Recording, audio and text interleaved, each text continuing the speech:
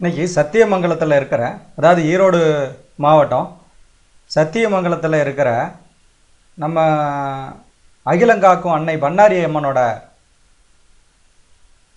சக்தியை பற்றி, அம்மனோட முக்கியத்துவத்தை பற்றி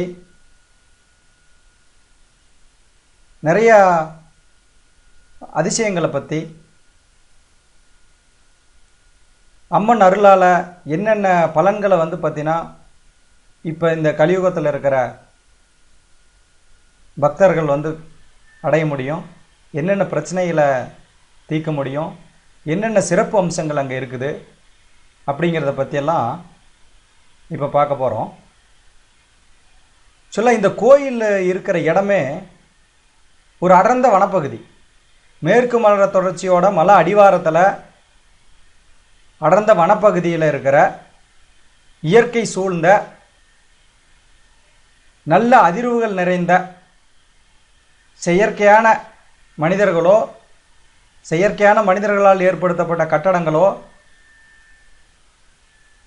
அல்லது எந்த விதமான இடைஞ்சல்களும் இல்லாமல், வியாபார நோக்கோடு செயல்படுற எந்த விதமான இடைஞ்சல்களும் இல்லாமல், கோயில் நிர்வாகம் சம்பந்தப்பட்ட கட்டடங்களும் பக்தர்கள் தங்கறதுக்கு உண்டான இட வசதிகளும் கோயில் நிர்வாகத்தால் நிர்வகிக்கப்படுற கட்டடங்கள் மட்டுமே அங்கே இருக்குது.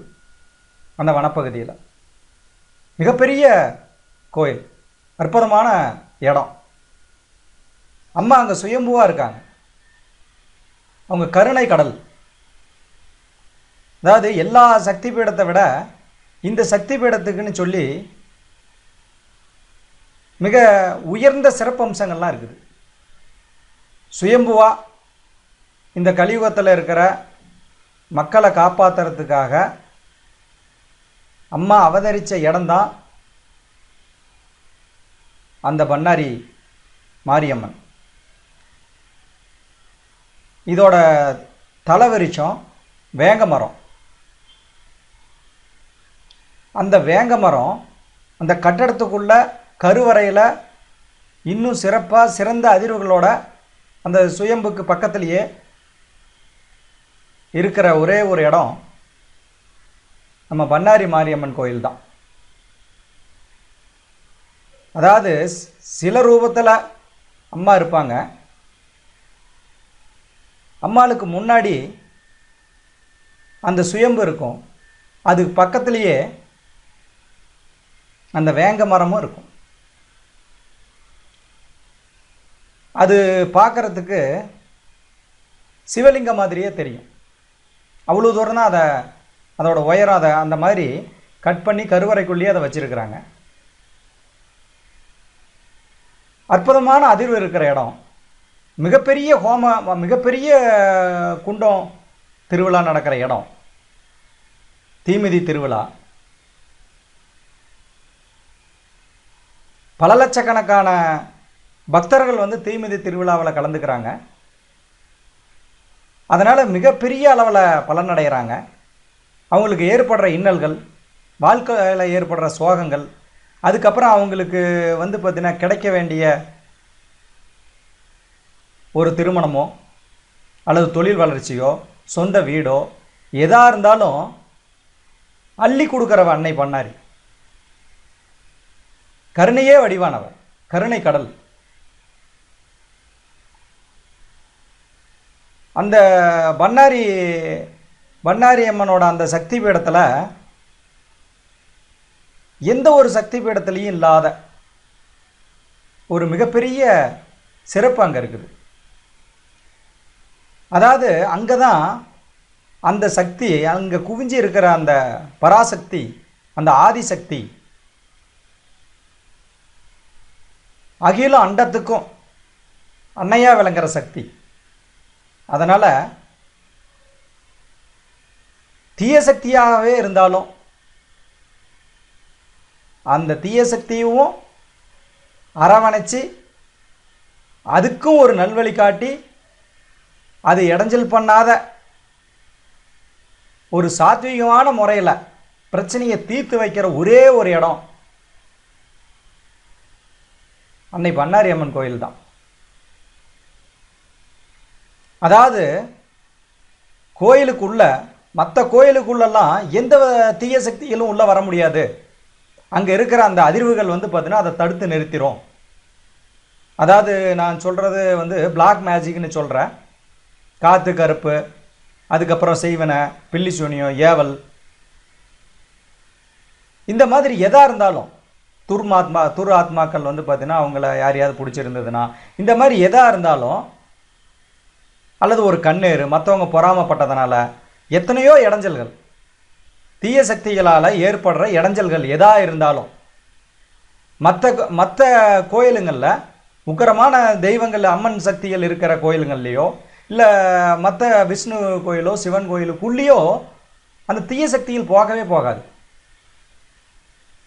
அதை அங்கே இருக்கிற வந்து பார்த்தீங்கன்னா அந்த அதிர்வலைகள் வந்து பார்த்தீங்கன்னா அந்த தீய சக்திகளை ரொம்ப தூரத்திலேயே நிறுத்திடும் அல்லது துரத்திடும். ஆனால் பண்ணாரி வந்து கருணையே வடிவானவள். அவள் பிரபஞ்சத்துக்கெல்லாம் தாய், பிரபஞ்ச நாயகி. அகிலம் அண்டம் பிரம்மம் எல்லாத்தையும் ஆள்ற தாய், அகிலாண்ட கோடி பிரம்மமாண்ட நாயகி. அதனால் அவள் எல்லாரையும் கருணையோடையே பார்க்குறவ. அதனால் அந்த தீய சக்திகளையும் தன்னோட சன்னதிக்குள்ளே அனுமதிக்கிற தாய் அவள்.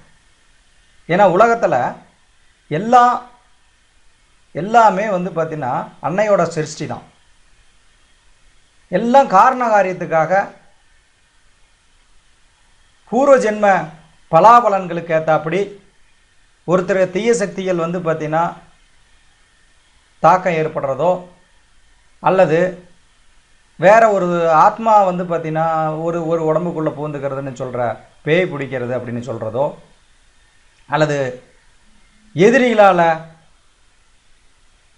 ஏவி விடப்படுற ஏவல்களோ என்னென்னவோ சொல்கிற எந்த வகையான, அதாவது மாய மந்திரத்தினால் செய்யப்பட்டதாக இருந்தாலும் சரி, மனிதர்களால் செய்யப்பட்ட தீங்குகளாக இருந்தாலும் சரி, எந்த விதமான தீங்காக இருந்தாலும் எல்லா நல்ல சக்தியை நல்லவையோ கெட்டவையோ எல்லாத்தையும் தன்னோட வந்து பார்த்திங்கன்னா அரவணைச்சி ஒரு சுமூகமான முறையிலேயே சாத்வீகமான முறையில் தீர்த்து வைக்கிறவன், நிரந்தரமான வந்து பார்த்தீங்கன்னா தீர்வை கொடுக்குறவன். அன்னையை சரணடைஞ்சி நமக்கு ஏற்பட்டுள்ள இன்னல்களை, தீர்க்க முடியாத வியாதிகளை அல்லது தீய சக்திகளால் ஏற்பட்டு இருக்கிற வந்து பார்த்தீங்கன்னா இடைஞ்சல்களை நீக்க சொல்லி அன்னைகிட்ட வந்து பார்த்தீங்கன்னா நாம் சரணாகதி அடைஞ்சா கருணையே வடிவானவ அந்த தீய சக்திகளையும் வர வச்சு அரவணைச்சி ரெண்டு பேருக்கும் இருக்கிற தர்ம நியாயங்களை புரிய வச்சு ஏதாவது ஒரு உருவமாவோ அருவமாவோ அல்லது மனிதர்களாவோ விலங்குகளாவோ ஏதாவது ஒரு ரூபமாக எதை வேணாலும் உருவாக்குறவ அன்னை பண்ணாரி. அவள் நவகிரக நாயகி. அவளே இந்த பிரபஞ்ச முழுசும் பரவி இருக்கிற சக்தி. அதனால் எல்லாத்தையும் சமமாக மதிக்கிறவ. தீய சக்தியோ கெட்ட சக்தியோ எல்லாத்தையும் அரவணைச்சி எல்லாருக்கும் நியாய தர்மத்தை போதிச்சு ஒரு சில விஷயங்களில் நான் உணர்ந்த விஷயங்களில், அதாவது அந்த தீய சக்திகளே தன்னோட தவறை புரிஞ்சு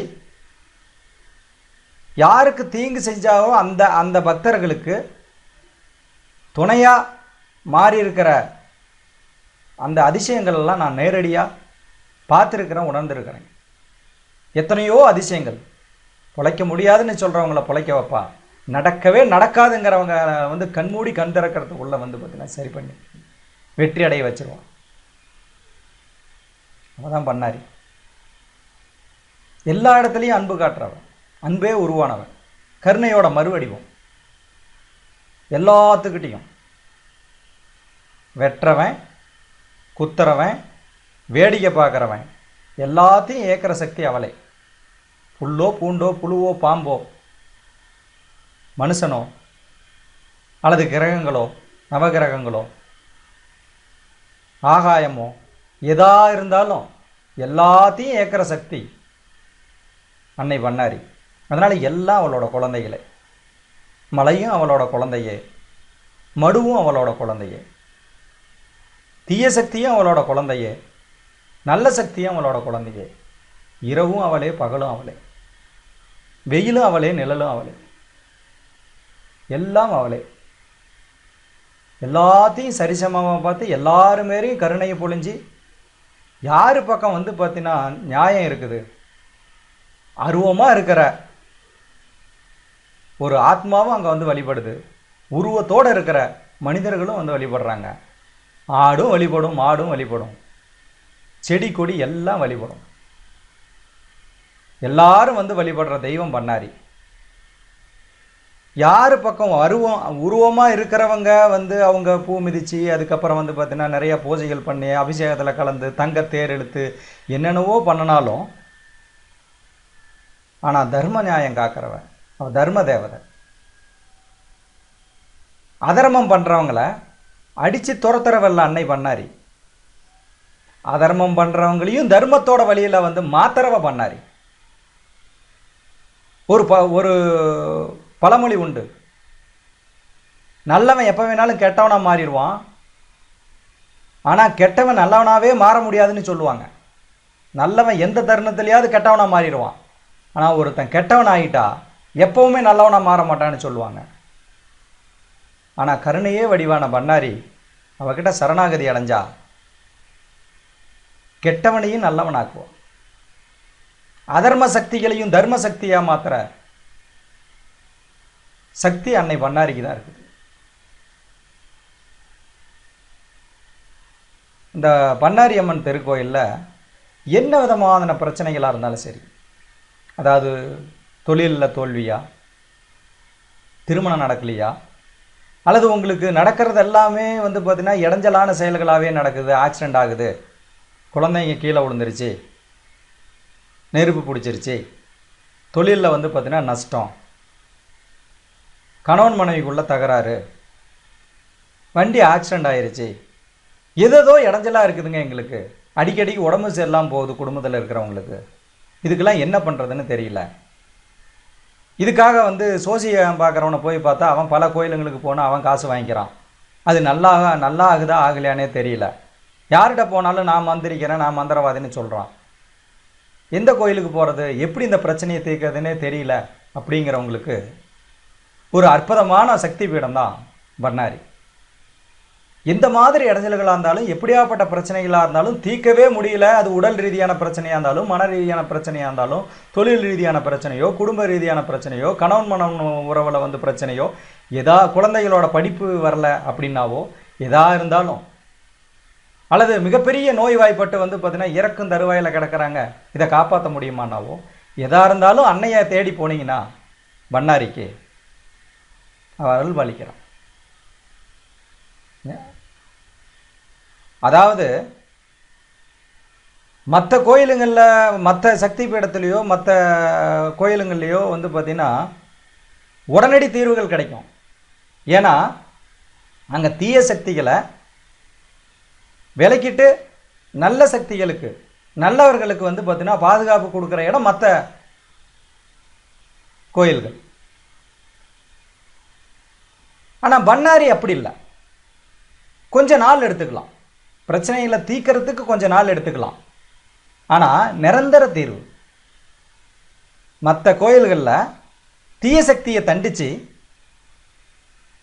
நல்லவங்களுக்கு வந்து பார்த்தீங்கன்னா வழிகாட்டுறதும் நல்லவங்களுக்கு பாதுகாப்பு கொடுக்கறதும் மற்ற சக்தி பீடத்துலேயோ மற்ற வந்து பார்த்தீங்கன்னா கோயில்கள்லையோ நடக்கும். ஆனால் பண்ணாரியில் கெட்ட சக்திகளையும் அதர்ம வழியில் அநியாய வழியில் போயிட்டு இருக்கிறவங்களையும் நல்ல சக்தியாக மாற்றி நல்லவங்களாக மாற்றி அவங்களுக்கும் அருள்பாலிச்சு பாதிக்கப்பட்டவங்களோட பாதிப்பையும் நீக்கி எல்லாரையும் தன்னோட குழந்தைங்களா அரவணைக்கிற கருணை கடல் தான் பண்ணாரி. இது எந்த இடத்துலையும் எந்த ஒரு சன்னிதானத்திலையும் நடக்காத அதிசயம் பண்ணாரியில் மட்டும்தான் நடக்கும். அவ்வளோ கருணையே வடிவானவர்.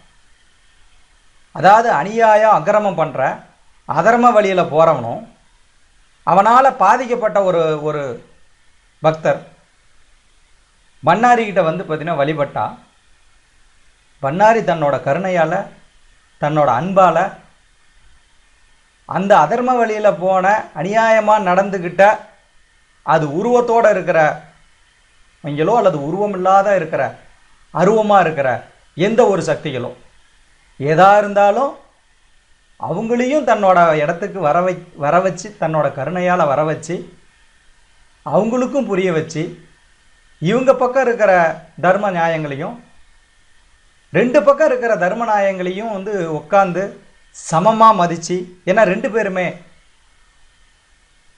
அன்னையோட குழந்தைங்க, அதனால் ரெண்டு பேர்த்தையும் அரவணைச்சி ரெண்டு பேர்த்துக்கும் வந்து பார்த்தீங்கன்னா தர்ம நியாயங்களை போதிச்சு கெட்டவனையும் நல்லவனாக்கி நல்லவனை மேலும் மேலும் வந்து பார்த்தீங்கன்னா வெற்றி அடைய செய்கிற அந்த பாங்கு, அந்த கருணை, அந்த அன்பு அகிலங்காக்கும் அன்னை பண்ணாரிக்கு மட்டும்தான் உண்டு.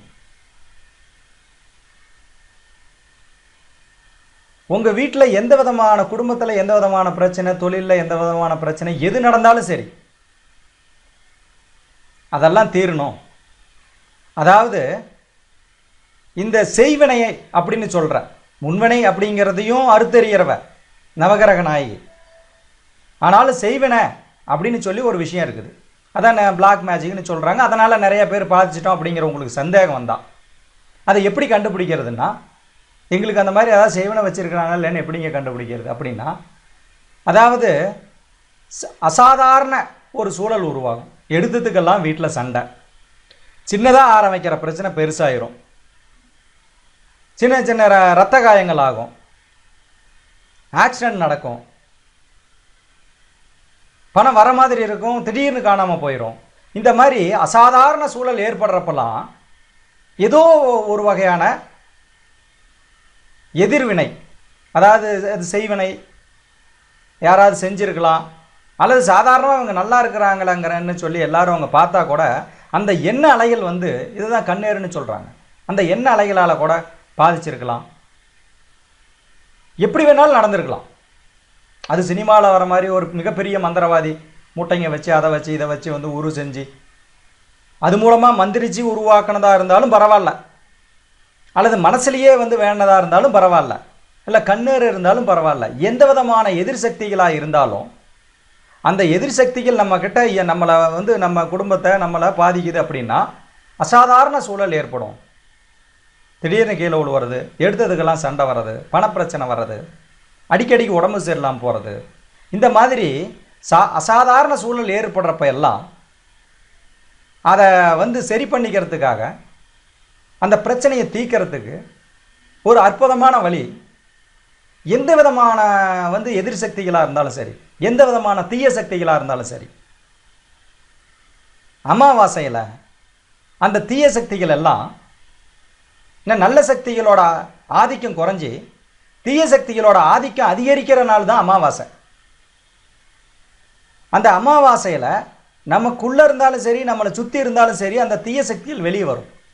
ஏன்னா அன்னைக்கு நல்ல சக்திகளோட ஆதிக்கம் குறைவு, தீய சக்திகளோட ஆதிக்கம் அதிகங்கிறதுனால அன்னைக்கு உள்ளே இருக்கிற சக்திகள்லாம் வெளியில் வரும்.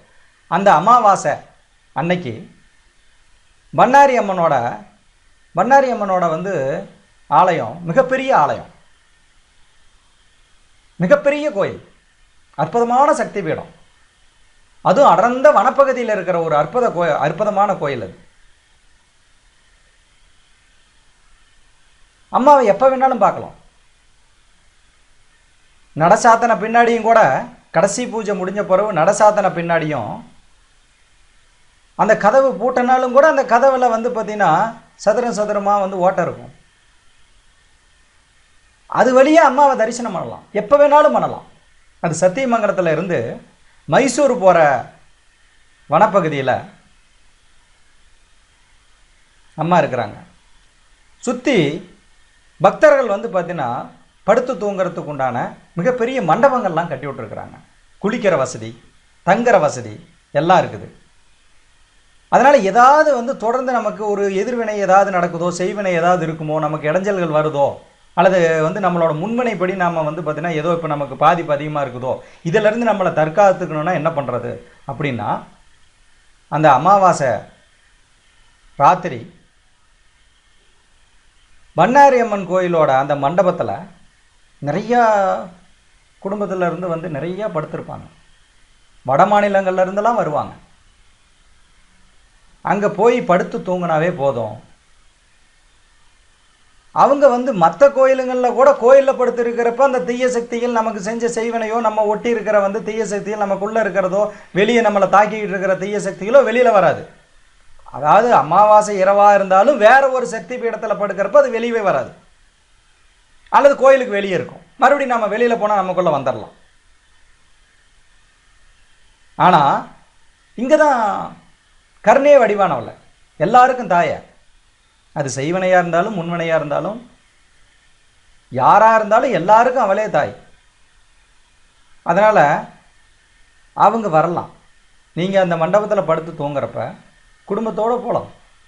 யாருக்கு எந்த மாதிரி வந்து பார்த்தீங்கன்னா எதிர்வினைகள் இருந்தாலும், எந்த பிரச்சனைகள் இருந்தாலும், குழந்தைங்க ஒரு இடத்துல பயந்துருப்பாங்க, ஏதாவது காற்று கருப்பு ஏதாவது அடிச்சிருக்கும், திடீர்னு தூக்கத்தில் வந்து பார்த்தீங்கன்னா அழுவுது, எந்திரிச்சு கத்துது, தூக்கத்திலேயே பேசுது, பல்ல நரன்னு கடிக்குது, இந்த மாதிரி எத்தனையோ பிரச்சனைங்க இருக்குது. அதனால் குடும்பத்தோடு அங்கே போய் படுத்திருந்தா அந்த அமாவாசை ராத்திரி அந்த சக்திகள் எல்லாம் வந்து பார்த்திங்கன்னா அந்த தீய சக்திகள், செய்வினையினால் ஏற்பட்ட சக்திகள், இது எல்லாம் நம்ம உடம்பு விட்டுட்டு வெளியில் வரும். வெளியில் வரப்போ கருணையே வடிவான பண்ணாரி அதுங்களையும் அரவணைச்சி அதுங்களையெல்லாம் அதோட இடங்களுக்கு வந்து அனுப்பிடுவாங்க. ரொம்ப அதிகமானதாக இருந்தால், நம்மளை வந்து பாதிச்சிருக்கிற தீய சக்திகளோட தாக்கம் அதிகமாக இருந்தால், நாம் தொடர்ந்தது வந்து ஒரு 3 அமாவாசை ராத்திரியில் போய் அங்கே தங்கணும். எப்படியும் 3 அமாவாசை ராத்திரிக்குள்ளே எவ்வளோ பெரிய செய்வனை பிரச்சனைகளாக இருந்தாலும் நீக்கிடுவாங்க. நீங்கள் எந்த ஒரு ஆள், ஒரு மந்திரவாதியவோ இல்லை ஒரு சோசியம் பார்க்குறவங்களோ யாரையுமே நீங்கள் நம்ப வேண்டாம். நீங்கள் வந்து பார்த்தீங்கன்னா அம்மாவோட சன்னதிக்கு போய் அங்கே இருக்கிற மண்டபத்தில் அமாவாசை ராத்திரி படுத்து தூங்கிட்டு காலையில் எந்திரிச்சு தரிசனம் பார்த்துட்டு வந்தீங்கன்னாவே உங்களோட பிரச்சனைகள், செய்வன பிரச்சனைகள், மற்றது அத்தனையுமே தீர்ந்துடும். அதை நீங்கள் அடுத்த நாள் காலையிலேயே உணர முடியும். குடும்பத்தில் அமைதி நிலவும், சந்தோஷம் இருக்கும், தொழில் வளர்ச்சி கிடைக்கும். அந்த மாதிரி ஒரு அற்புதமான இடம்தான் பண்ணாரி அம்மன் திருக்கோயில். இதில் பங்குனி மாதத்தில் தான் பண்ணாரி அம்மனுக்கு குண்டமிதி திருவிழா நடக்கும். அது வந்து ஒரு மிகப்பெரிய மகா குண்டம். மற்ற இடத்துல மற்ற கோயிலுங்களில் நடக்கிற மாதிரி குண்டமிதி திருவிழா இல்லை. அது மாரியம்மனுக்கு கம்பம் சாட்டுறது அப்படின்னா ஒரு கம்பத்தை நெடுவாங்க முன்னாடி, அதை தான் சிவனாக நினச்சி அதுக்கு வந்து பார்த்தீங்கன்னா வேப்பலையெல்லாம் கோர்த்து அதுக்கு பூஜைகள்லாம் பண்ணுவாங்க. அப்புறம் கம்பம் வந்து பார்த்தீங்கன்னா நீக்கிற விழா இருக்கும், கம்பத்தை பண்டிகை முடிஞ்சதும் எடுத்துருவாங்க. இங்கே வந்து அந்த மாதிரி இல்லை. கம்பம் சாட்டுறது அப்படிங்கிறது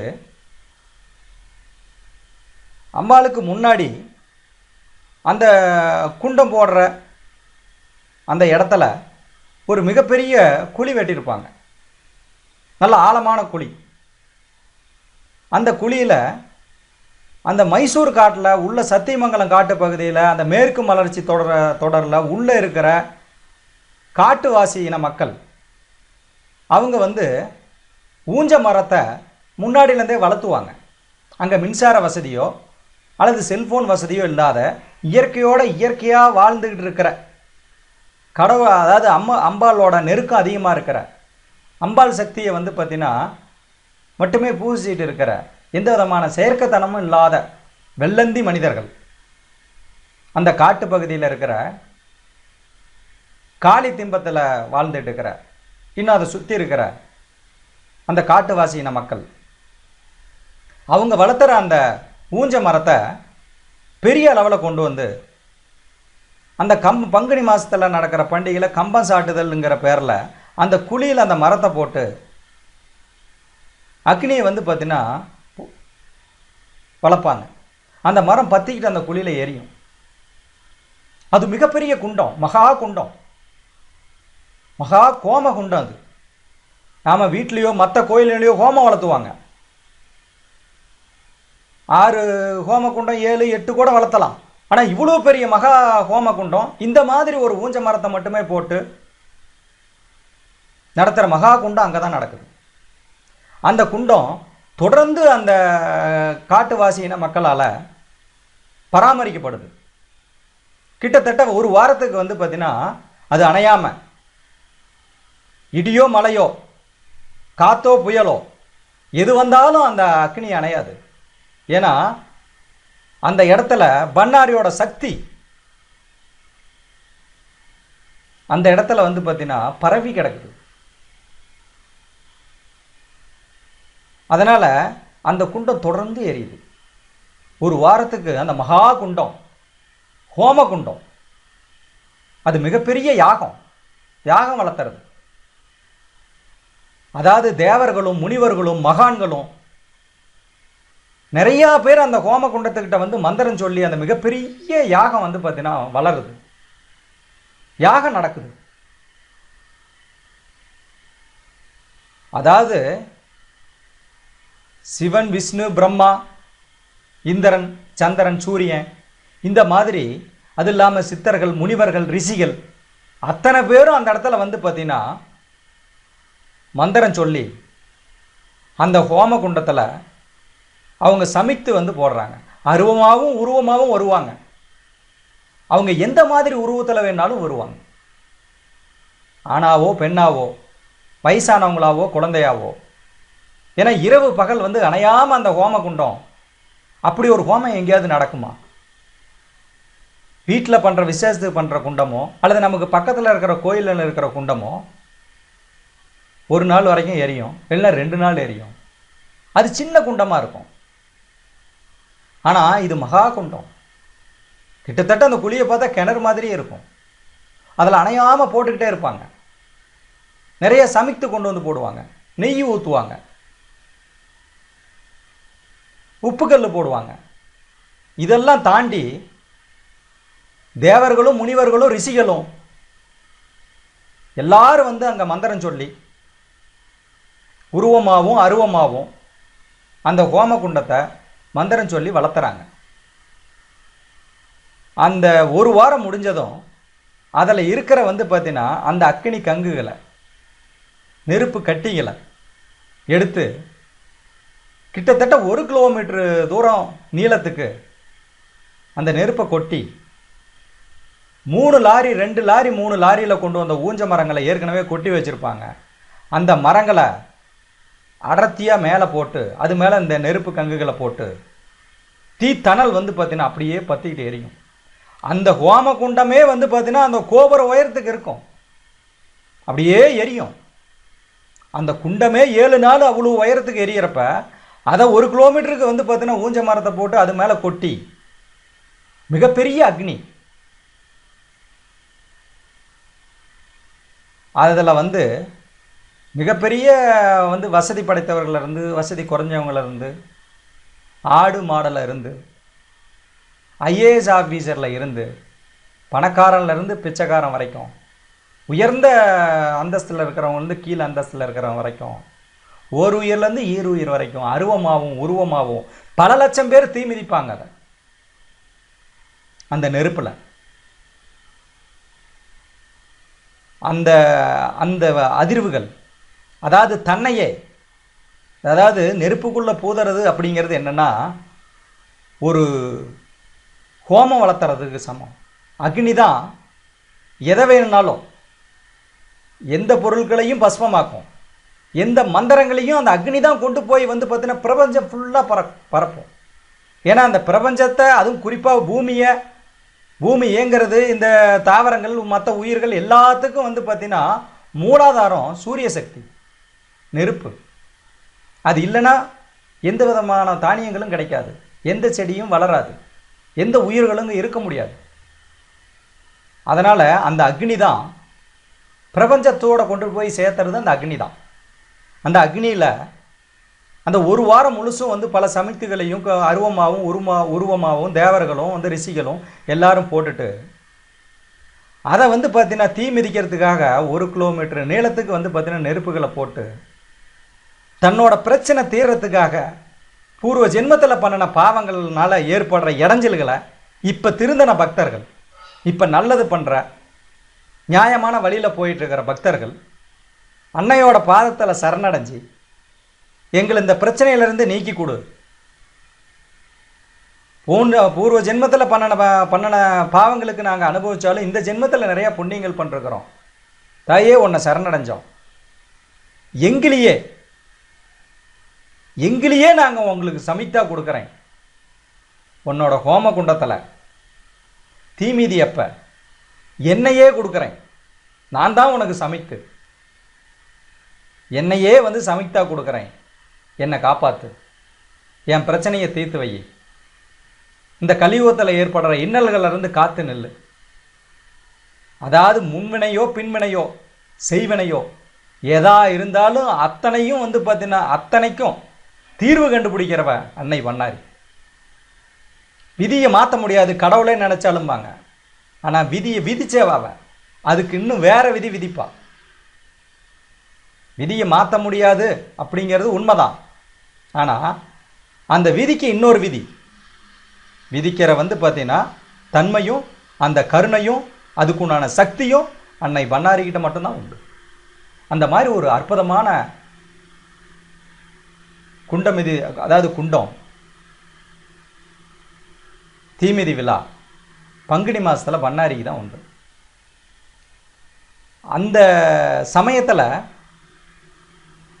அதாவது கம்பம் சாட்டுறது அப்படின்னு சொல்லி அந்த மிகப்பெரிய குழிக்குள்ளே அந்த மரத்தை போட்டு அதுக்கு பார்த்திங்கன்னா அக்னியை உருவாக்கி அதை சுற்றி தினம் சாயந்தரம் ஆனால் அந்த காட்டுவாசி இன மக்கள் இதுவரைக்கும் நாம் பார்த்தராத கருவிகள் எல்லா இடத்துலையும் இல்லாத அன்னை பண்ணாரிக்கு மட்டுமே பயன்படுத்துகிற அந்த மக்கள்கிட்ட மட்டுமே இருக்கிற தனித்துவம் வாய்ந்த இசை கருவிகளை வாசித்து ஒரு விதமான நடனம் ஆடுவாங்க ஆண்களும் பெண்களும். அந்த காட்டுவாசி மக்கள் அவங்க ஒரு புல்லாங்குழல் மாதிரி ஒன்று வச்சுருப்பாங்க.